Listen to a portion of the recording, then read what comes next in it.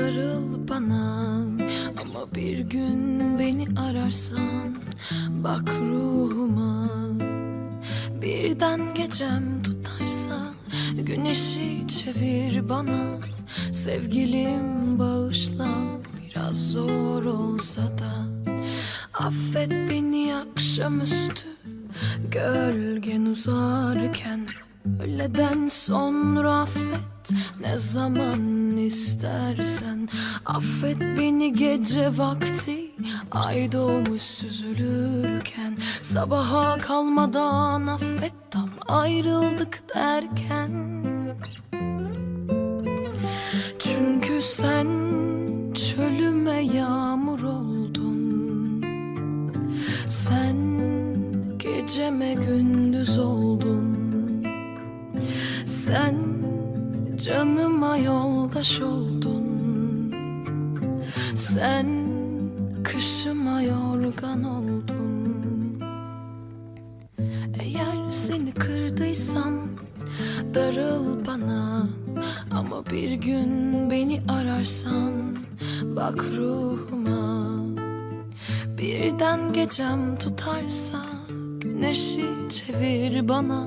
Sevgilim bağışla, biraz zor olsa da. Affet beni akşamüstü gölgen uzarken. Öğleden sonra affet ne zaman istersen. Affet beni gece vakti ay doğmuş süzülürken. Sabaha kalmadan affet tam ayrıldık derken.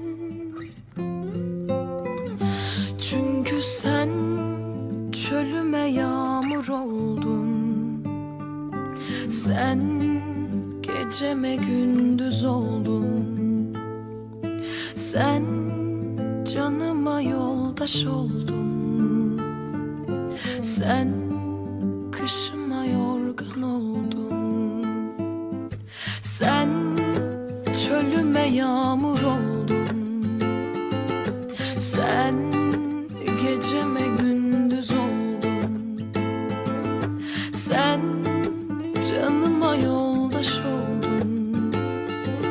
Sen kışıma yorgan oldun. Çünkü sen çölüme yağmur oldun. Sen geceme gündüz oldun. Sen canıma yoldaş oldun. Sen